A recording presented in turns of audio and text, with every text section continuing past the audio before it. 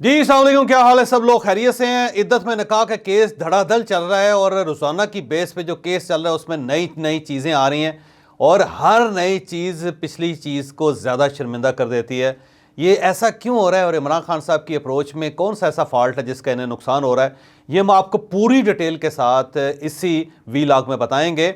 और बुशरा बीबी और पाकिस्तान तहरीक इंसाफ के दरमियान को ठीक ठाक किस्म की लड़ाई और ठीक ठाक किस्म का गैप पैदा हो गया है। पाकिस्तान तहरीक इंसाफ के वर्कर्स और लीडर्स का ख्याल ये है कि बुशरा बीबी ने कोई डील कर ली है और उसकी वजह से वो बनी गाला में बैठी हुई हैं और अब पार्टी के लोग इमरान खान साहब को ये बताना चाहते हैं कि आपकी बेगम आपके कंट्रोल में नहीं है। ये बात किस हद तक दुरुस्त है ये भी हम आपको इसी वीलॉग में बताएंगे। और कैप्टन सफदर के एक छोटे से जेस्चर ने एक नई डिबेट पूरे पाकिस्तान में क्रिएट कर दी है और सबका ये कहना है कि अगर तमाम लीडर इस तरह बिहेव करेंगे तो पाकिस्तान के अंदर जो पोलराइजेशन है वो कम हो जाएगी और ये जो गैप है सोसाइटी के अंदर ये भी ख़त्म हो जाएगा। ये बात किस हद तक दुरुस्त है ये भी हम आपको आज के वीलॉग में बताएंगे। आज से 2 दिन पहले आपने कैप्टन सफदर का एक क्लिप देखा होगा जिसमें वो किसी जगह पे आ रहे हैं। वहाँ पे एक लड़का है जिसके हाथ में पाकिस्तान तहरीक इंसाफ का झंडा है, वो उनके रास्ते में झंडा लेके खड़ा है और कैप्टन सफदर और उनके साथी वहाँ से गुजर रहे हैं। गुजरते गुजरते कैप्टन सफदर वहाँ से रुकते हैं। रुक के बाद वो बच्चे के पास आते हैं, उसके सर पे हाथ फेरते हैं, फिर उसके सर पे बोसा लेते हैं और उसको प्यार करके वो वहाँ से चले जाते हैं। फिर ये क्लिप सोशल मीडिया पे पहुँचा, मुख्तलिफ लोगों ने अपने पेजेस पे इसको शेयर किया, ट्विटर के ऊपर फिर ये बहुत ज़्यादा वायरल हुआ। हर आदमी ने इसे ट्वीट करना, आगे रीट्वीट करना अपना फ़र्ज़ समझा। फिर टेलीविज़न चैनल्स के ऊपर भी ये चला और इसके ऊपर डिबेट भी हुई। आज उसी का एक नया वर्जन आया जिसके अंदर उसी बच्चे को दिखाया गया है। बच्चा ये कह रहा है कि मैंने कल कैप्टन सफदर की वजह से पाकिस्तान तहरीक इंसाफ छोड़ दी है और अब मैं पाकिस्तान मुस्लिम लीग नून का हिस्सा हूँ। और वो बड़े फ़ख्र से ये कह रहा है कि मुझे कैप्टन सफदर की मोहब्बत की वजह से अपनी पार्टी छोड़ना पड़ गई। इस क्लिप को अब एक पॉलिटिकल नैरेटिव के तौर पे लिया जा रहा है, केस स्टडी के तौर पे लिया जा रहा है और लोग ये कह रहे हैं कि अगर एक लीडर के छोटे से जेस्चर की वजह से एक बच्चे का माइंड तब्दील हो सकता है तो फिर पाकिस्तान के अंदर मेजॉरिटी को कैसे नहीं बदला जा सकता। तो कैप्टन सफदर को एक बाकायदा हवाला बना के अब पूरी पॉलिटिकल लाट को ये मशवरा दिया जा रहा है कि आप सब कैप्टन सफदर बने और जो आपके हरीफ हैं, जो आपके मुखालिफ हैं, जो आपके दुश्मन हैं, उनके साथ इसी तरह बिहेव करें। आप उनके पास जाएं, उनके सर पे हाथ फेरें और उनके जो डिफरेंसेस हैं इसके बावजूद आप उन्हें अगर कबूल कर लें तो ये जो पोलराइजेशन है, ये जो नफरत है, ये ख़त्म हो सकती है। तो मेरा ख्याल ये है कि कैप्टन सफदर ने ये काम करके, ये जेस्चर दे के सब लोगों का दिल मोह लिया और उन्होंने एक नई केस स्टडी पाकिस्तान के अंदर क्रिएट कर दी है कि अगर कैप्टन सफदर के करने से इतनी बड़ी तब्दीली आ सकती है तो सब लोग अगर ये करेंगे तो क्यों नहीं तब्दीली आएगी। मियाँ नवाज शरीफ साहब, मियाँ शहबाज शरीफ साहब, मरीम साहबा, बिलावल भुट्टो साहब और उसके साथ साथ पाकिस्तान तहरीक इंसाफ के लीडर्स को भी ये तरीका इस्तेमाल करना चाहिए। ये जो इतना गैप है, ये जो इतनी नफरत है, उसकी वजह से पाकिस्तान इस वक्त सफ़र कर रहा है और अगर आप पाकिस्तान को आगे बढ़ता हुआ देखना चाहते हैं तो फिर मेरा ख्याल ये है कि पाकिस्तान तहरीक इंसाफ को पहला स्टेप लेना चाहिए। उन्हें उन सब से मिलना चाहिए जिनको वो कभी ये कहते थे कि हम इनके साथ हाथ नहीं मिलाएंगे, हम इनके साथ सलाम नहीं लेंगे, ये करप्ट हैं, ये दुश्मन हैं, ये पाकिस्तान के दोस्त नहीं हैं। तो मेरा ख्याल है दिल बड़ा करके इन सब की तरफ इन्हें हाथ बढ़ाना चाहिए। जिस दिन पाकिस्तान तहरीक इंसाफ ने अपने मुखालफिन की तरफ हाथ बढ़ा दिया, मेरा ख्याल ये है कि ये जो नफरत है, ये दूरी है, ये ख़त्म हो जाएगी। तो कैप्टन सफदर को एक केस स्टडी के तौर पर लें और ये फैसला करें कि अगर एक छोटे से जेस्चर से इतनी बड़ी तब्दीली आ सकती है तो अगर हम इस जेस्चर का साइज़ ज़रा बड़ा कर लेंगे तो पाकिस्तान के अंदर कितनी बड़ी तब्दीली आ जाएगी। तो ये चीज़ मेरा ख्याल है बहुत ज़बरदस्त है, इसे कैरी करना चाहिए। अब हम आते हैं बुशरा बीबी के केस की तरफ। बुशरा बीबी इस वक्त बनी गाला में है और उन्हें हुकूमत पाकिस्तान की तरफ से एक नोटिफिकेशन के ज़रिए बनी गाला में सब जेल डिक्लेयर करके उन्हें वहाँ पे ठहराया गया था और ये वो कदम था जिससे पार्टी हैरान रहेगी। और इवन कल इमरान खान साहब ने जब सहाफ़ियों से बात की तो उस पर इमरान खान साहब का भी ये कहना था कि मैंने परसों रात बुशरा बीबी को अपना कंबल भेजा था क्योंकि मेरा ख्याल ये था कि सर्दी बहुत ज़्यादा है और आज पहली मरतबा बुशरा बीबी जेल के अंदर होंगी तो यकीनन उन्हें सर्दी महसूस हो रही होगी क्योंकि वो इस चीज़ की आदी नहीं है। तो मैंने अपना कंबल सेक्रीफाइस किया और उन्हें भिजवाया। लेकिन सुबह जब मैं गया तो मुझे ये पता चला कि बुशरा बीबी तो बनी गाला चली गई थी, वो तो जेल के अंदर थी नहीं। तो जब इमरान खान साहब ने यह एतराफ़ किया तो वहाँ पर सब लोग एक दूसरे की तरफ देखने लगे कि बुशरा बीबी ने इवन इमरान खान साहब को भी कॉन्फिडेंस में नहीं लिया था कि मुझे ये बनी गाला भिजवा रहे हैं और वहाँ पर मैं एक क्लास कैदी हूँ। तो इस पे सब लोगों ने हैरत से पूछा एक दूसरे से कि क्या बुशरा बीबी ने भी इमरान खान साहब को कॉन्फिडेंस में लेना मुनासिब नहीं समझा। और इसके साथ साथ पार्टी के किसी वकील को, पार्टी के किसी लीडर को भी नहीं पता था कि बुशरा बीबी के साथ ये इम्तियाजी सलूक किया जा रहा है। तो इससे एक नई डिबेट क्रिएट हो गई। सबका ख्याल ये था, बल्कि इवन कुछ लोगों ने ये लिखा भी, कुछ लोगों ने वीलॉग्स भी किए कि बुशरा बीबी ने शायद इंतज़ामिया के साथ या इस्टेब्लिशमेंट के साथ कोई डील कर ली है और उस डील के तहत वो अब बनी गाला के अंदर हैं। उससे फिर ये ज़ाहिर डिबेट बढ़ती चली जा रही है और सब बुशरा बीबी को मशकूक नज़रों से देख रहे हैं। कुछ लोगों ने यह भी कहना शुरू कर दिया है कि अब एक डील इस्टेब्लिशमेंट और बुशरा बीबी के ज़रिए इमरान खान साहब तक पहुँचेगी और ये कोई रास्ता बुशरा बीबी ने पहले से क्रिएट किया हुआ था जिससे पार्टी के लोग भी वाकिफ़ नहीं थे। और अगर ये बनी गाला ना जाती तो शायद पार्टी के लोगों को अंदाज़ा भी ना होता कि कोई डील किसी न किसी जगह चल रही है। तो बुशरा बीबी का जो एक स्टैचर था, मेरा ख्याल है इतनी एक छोटी सी गलती की वजह से वो सफ़र हुआ है।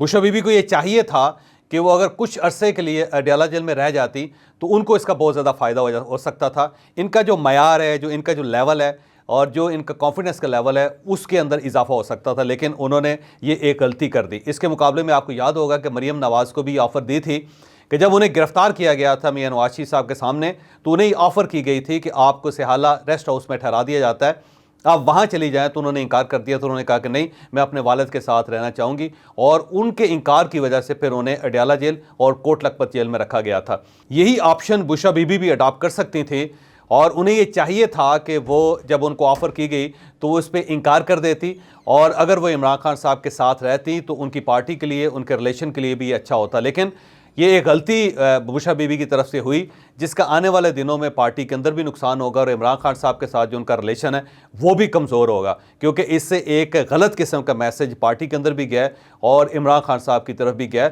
और इमरान खान साहब से जब उनके वकला पूछ रहे हैं तो इमरान खान साहब के पास अब इसका कोई जवाब नहीं है और मेरा ख्याल ये है कि बुशरा बीबी के पास भी ये जवाब नहीं होगा।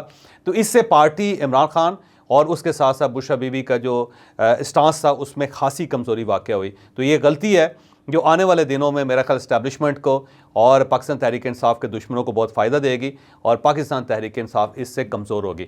अब हम इद्दत में निकाह के केस की तरफ आते हैं। आज इद्दत में निकाह के केस का दूसरा दिन था और जो दूसरा दिन पहले दिन से भी ज़्यादा ख़तरनाक और ज़्यादा खौफनाक था। अगर हम ये देखें कि इस केस में 100 के करीब लोग हैं, वहाँ पे ख़वातीन भी हैं, उसमें कुछ लोग बच्चे भी हैं, कुछ बुज़ुर्ग भी हैं, उसमें वकला भी हैं और आम शहरी भी हैं और उसके साथ साथ मीडिया के 8 से 10 लोग भी वहाँ पे बैठे होते हैं। जो सवाल बुशरा बीबी के वकील खबर मानिका साहब से, ओन चौधरी साहब से, मुफ्ती सईद साहब से कर रहे हैं, मेरा नहीं ख्याल कि पाकिस्तान के अंदर इस लेवल के लोगों के से रिलेटेड इस किस्म के सवाल करने चाहिए या उसे इतना पब्लिक होना चाहिए। तो अब अगर इमरान खान साहब के केसेस को देखें तो 3 केसेस हैं इस वक्त जो मंसर-ए-आम पे आए। पहला साइफ़र का केस था, दूसरा तोशाखाना का केस था और तीसरा अब इद्दत में निकाह का केस है और उसके साथ साथ 190 मिलियन पाउंड का केस है। तो हम 4 केसेस को ले सकते हैं। इनमें जो इमरान खान साहब की अप्रोच थी वो तोशाखाना के केस में इमरान खान साहब और उनके वकला ने बहस नहीं की, उन्होंने जिरा नहीं की, वो बहुत सारे मामलात में उन्होंने फ़रार का रास्ता इख्तियार किया। दूसरा साइफ़र केस था।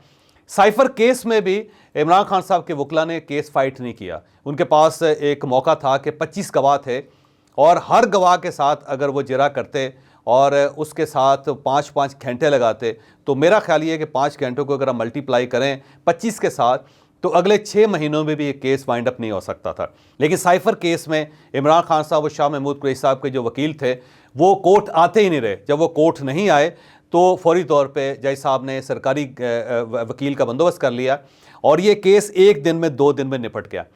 और इस केस में अगर इमरान खान साहब के वकला सीरियसनेस का इजहार करते, कोशिश करते कि वो इस केस को प्रॉपर प्रोफेशनली लड़ें तो ये केस कभी मंतकी नतीजे तक नहीं पहुंच सकता था। बिल्कुल सेम इसी तरह तोशाखाने के अंदर भी वकला का यही स्टांस था, वकला का यही रवैया था कि इन्होंने इस केस को ओपन छोड़ दिया। जब ओपन छोड़ दिया तो जज साहब ने फौरी तौर पे इसका फैसला कर लिया। वहाँ पे अगर इनके वकला स्पिरिट ज़ाहिर करते, अपनी महारत का सबूत देते तो इस केस का फैसला भी नहीं होना चाहिए था। इन 2 केसेस के इसको साइड पर रख के अगर हम इद्दत में निकाह का केस देखें तो मेरा ज़ाती ख्याल ये है कि जिस तरह साइफ़र केस को हैंडल किया गया, जिस तरह तोशाखाने के केस को हैंडल किया गया, बिल्कुल इस तरह इस केस को हैंडल होना चाहिए था। यहाँ पे किसी किस्म की बहस नहीं होनी चाहिए थी, यहाँ पे वकीलों को जिरा नहीं करनी चाहिए थी, यहाँ पे वकला को मानिका साहब से सवाल नहीं करने चाहिए थे।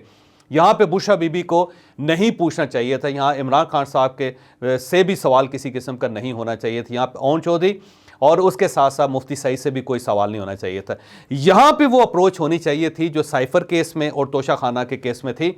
यहाँ पे जज साहब के ऊपर छोड़ देते इमरान खान साहब के, जी हम आपके सामने खड़े हैं, ये खातून है, मेरी बीवी है, मैं नहीं चाहता कि इससे किसी किस्म का कुछ सवाल किया जाए। और खावर मानिका साहब इसके साबिक़ खामद हैं और ज़ाहिर है उनका जो रिलेशन बड़ा तवील रहा, 5 बच्चे हैं और उनके बच्चों में से भी बच्चे हैं, तो मैं नहीं चाहता कि मेरे जो फैमिली अफेयर्स हैं वो 100 लोगों के सामने इस तरह डिस्कस किए जाए। यहाँ पे अगर इमरान खान साहब ये स्पिरिट रख लेते तो यहाँ पे इतनी हजीमत और बेइज्जती इनकी ना होती, यहाँ पे इन्हें इंसल्ट फील ना करनी पड़ती, तो यहाँ इनका इशू इस तरह पब्लिक ना होता, यूँ वो बार बार मीडिया में ना आता, यूँ उसके ऊपर वीलॉग्स ना बनाए जाते, यूँ वो टेलीविज़न शो पे डिस्कस ना होता, यूँ अखबारात के अंदर उसकी खबरें ना आती, यूँ इनकी फैमिली की तस्वीरें बाहर नहीं निकलती। लेकिन आप अप्रोच का फ़र्क देख लीजिए कि जहाँ पे वकला को लड़ना चाहिए था वहाँ वकला गायब हो गए, और जहाँ पे केस नहीं लड़ना चाहिए था वहाँ पे वकला खुद इस किस्म का सवाल कर रहे हैं कि वहाँ पे 100 के 100 लोग जो अपना सर नीचे कर लेते हैं। यानी कल बुशरा बीबी अपने वकील ने जब खावर मानिका से एक सवाल किया तो वहाँ पे 100 लोग थे, 100 लोग थे, जिसमें मीडिया के लोग भी थे, जिसमें बुशरा बीबी थी, जिसमें इमरान खान साहब की अपनी बहनें थीं, वहाँ पे जज साहब थे, इसके अलावा वहाँ पे आम लोग थे, वकला थे। जब वो सवाल किया गया उस्मान गिल साहब की तरफ से तो आप यकीन करें कि 100 के 100 लोगों के सर झुक गए, सब लोगों ने नज़रें नीचे कर लें। और ये सवाल कौन कर रहा है? बुशरा बीबी का अपना वकील कर रहा है। तो क्या ये सवाल होना चाहिए था वहाँ पे? मेरा नहीं ख्याल कि ये सवाल वहाँ पे होना चाहिए था।